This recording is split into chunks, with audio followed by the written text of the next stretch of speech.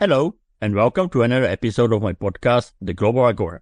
My name is Andrej Matišak, and I work as the Deputy Head of Foreign Desk in Slovak Daily Pravda, which, by the way, means truth, and it's not Russian Pravda.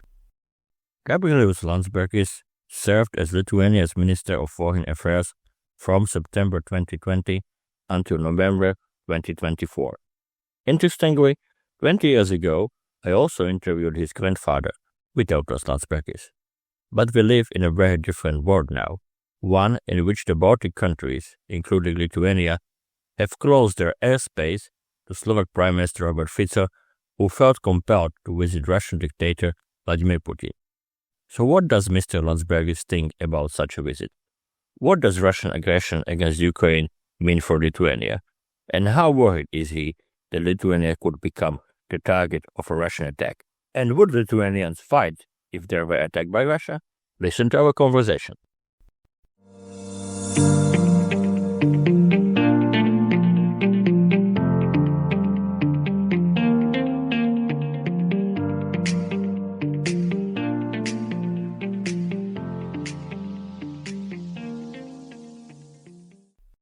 If you enjoy what I do, please support me on Coffee.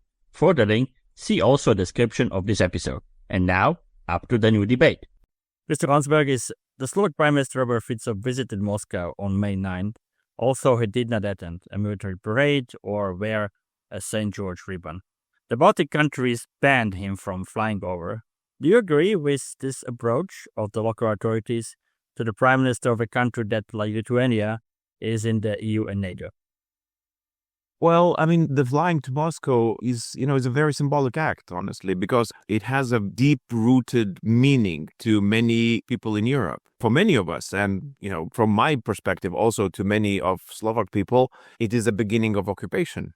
It is a formalization of our occupation and forced acquisition by the Soviet Union. You can celebrate defeat of Nazism, and there are ways how to do it one day before the Moscow does it, because that is also a Western allied victory.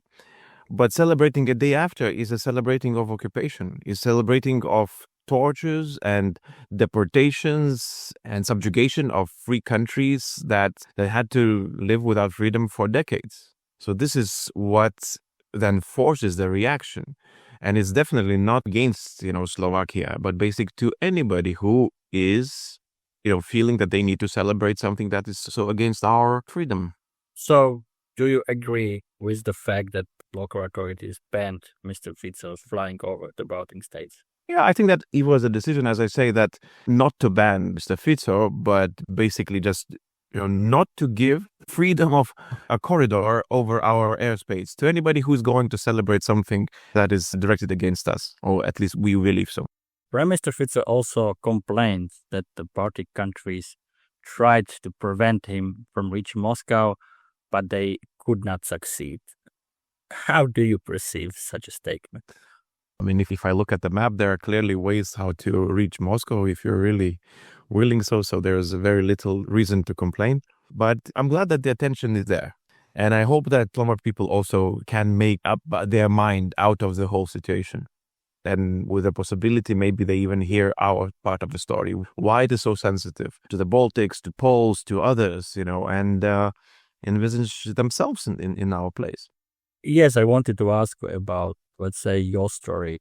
The truth is that Slovakia, based on its historical experience, may view Russia differently than Lithuania. What does the history, but also what does the current Russian aggression against Ukraine mean for Lithuania?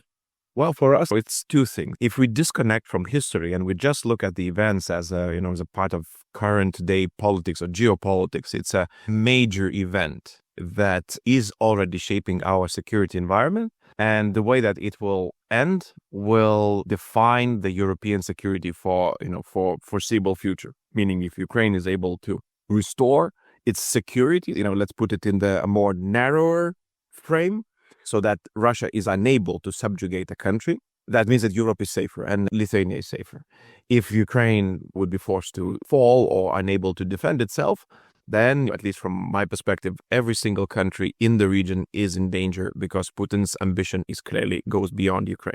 Now, if we see it through the lens of history, So we see the same imperialistic Russia with ambition of eternal expansion, likely veiled in the explanations of saving Russian people, protecting conservative values or whatever. I mean, it's very similar how Polish and Lithuanian Union was divided at the end of 18th century. It is very similar how our countries have been occupied after the Second World War.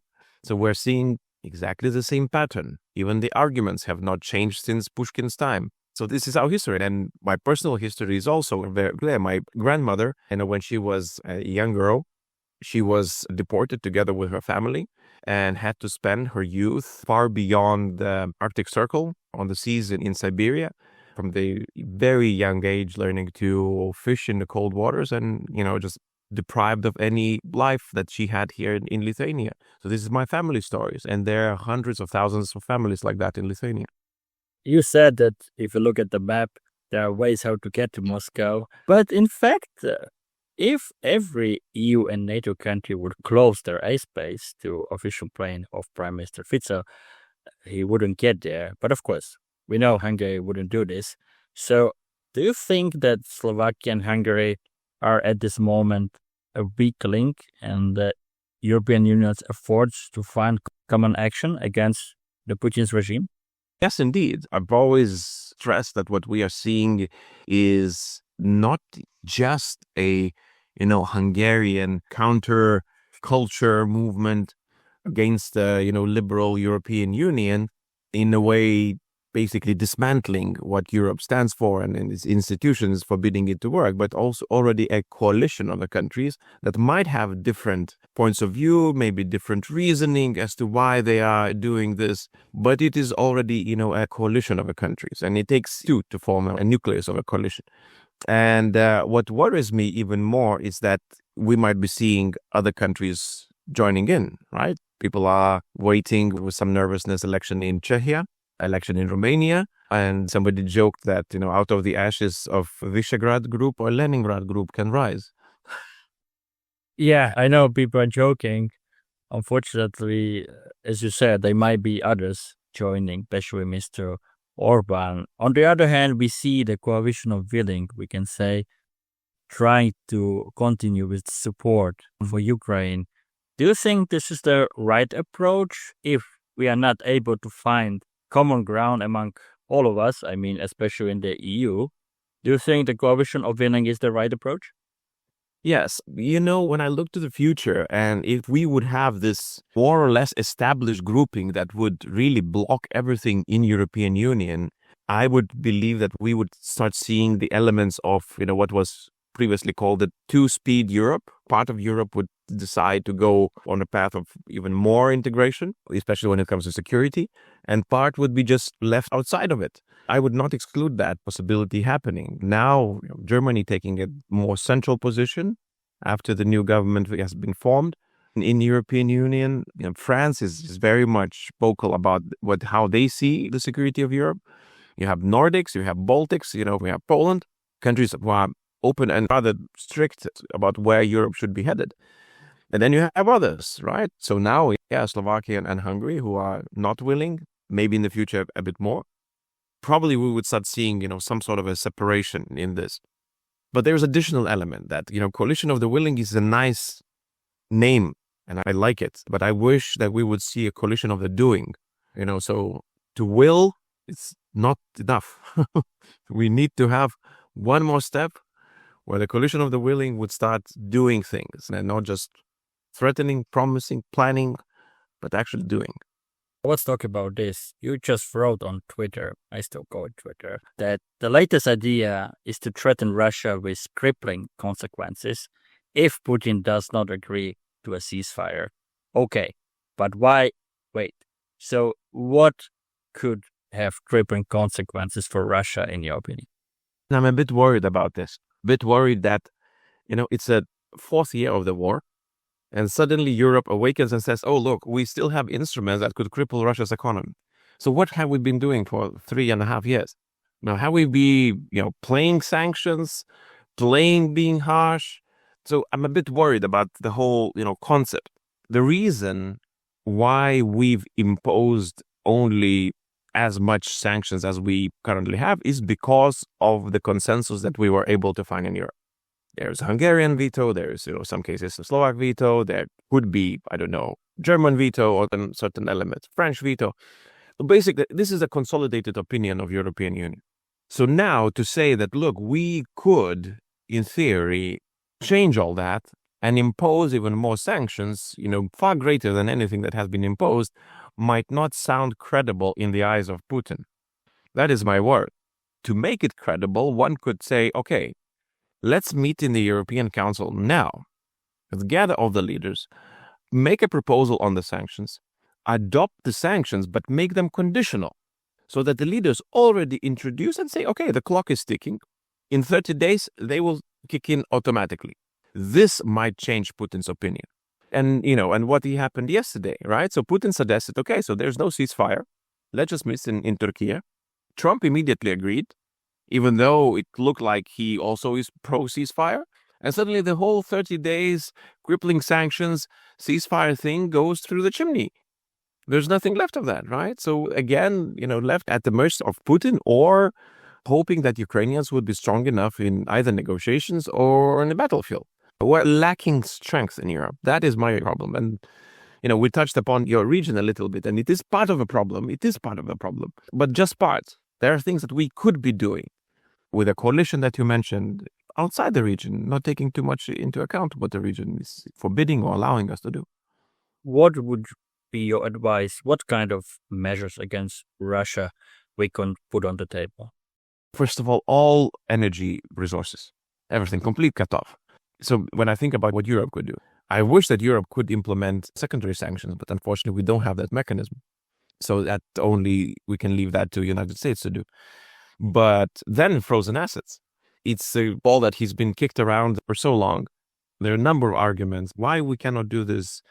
But look, there's a lot of money, hundreds, 195 billion euros lying in the bank in Belgium that could be used, without any effect, almost no effect onto European citizens. And it's legal. So, if we are not sure how legal it is, let's go to court. Let's ask, Council of Europe in Strasbourg. They have the authority to establish these sort of things. Now they're working on tribunal for Russian leadership. So as well, they could provide an opinion on the frozen assets. And if they agree, we spend it. We spend it on Ukraine. Imagine how much good it could do. Officials in Vilnius have recently unveiled an evacuation plan that would be used in the event of an invasion of the city. Is it necessary to prepare for something like this? And how worried are you that Lithuania could become the target of a Russian attack? If Putin would try to test NATO, Lithuania is one of the entry points where he would most likely do that. We're calculating that obviously Baltic states, but then when you try to look into the map, and we're specifically in the Baltic states, so it is quite likely that it's either Estonia, where there's cities like Narva that are close to the border and mostly Russian inhabited, or it's Lithuania with our train that goes from Moscow to Kaliningrad. It could be used in any sort of a false flag operation and provide a reason for Putin to test whether there would be an answer from NATO if he tries to invade. So there's a lot of anxiety in the country, and I would say in the countries, in the Baltic states. We understand the difficulty of what it would take to defend our countries. We're very small. There's no strategic depth. We're just by the sea. Russia is basically on both sides of ours, with Kaliningrad and Belarus. So we understand how difficult it is. The concept of defense of our countries, Baltic states, was usually based on the deterring factor of transatlantic unity. All right, so you don't want to mess with Americans, and nobody wants to do that. And now with President Trump, suddenly the situation is changing. And this is why it becomes rather dangerous that Putin would say, okay, so maybe Americans are no longer there. And maybe it is time for me to do something, because if I wait 5 years, 10 years, and Europe will get stronger. Just imagine, Germany, who will start spending their €500 billion that they have promised to spend on defense. Give them some time. They become much more powerful than they are currently. So that means that in 5 years for Russia to take on Germany would be a task that they might not be ready to do. So when to do that? Maybe now. And that's why, that's why we're anxious. That's why you see, plans like the one that you mentioned being, tested out in how that would work, so that, we're getting ready. In general, what is Lithuania doing to prepare itself for defense? First of all, as many countries in the region, we're undergoing a process, a very difficult process, because all our defense mentality has been based on NATO being here to support us and basically support and deter, right? So if your main goal is to deter, so, you want to be able to show force. So there are exercises, there are heavy equipment that is being constantly brought in and, rotated. We have troops, and it's a deterrent factor. And now we have to switch from deterrence to actual defense. That we might have to test NATO, what it would be for NATO to stand against Russian attack. And that would also mean that first, some might say hours, but in my thinking, it's mostly weeks, Lithuania would have to do that alone, or with limited assistance from its allies, such as Germany that we have in Lithuania. And we're expecting German brigade that would come a few years later. We have American detachment in Lithuania, but it would still boil down to the necessity of our soldiers, our troops, to hold the line and wait for allies to come. And that is a new development. That means that, that our military planners are rethinking how that would actually look like. Because previously, we were satisfied with what we had because we thought that deterrence might be enough, should be enough. Will the Lithuanians fight if they're attacked? That's a good question. Not an easy one. I've argued that one of the things that my country would need to do is follow Finland's example. In Finland, the country of 4 million people, they have a reserve of trained people of 800,000. That is a considerable force, right? So it already creates additional questions for Russians. It isn't a walk-through country. You cannot, even though, it's not a big country, territory-wise, it's quite large, but people-wise, it's not that large, not that big. But you will have to consider the factor of that people are trained. They are armed, they know how to use arms. And also additional factor that it creates civic unity.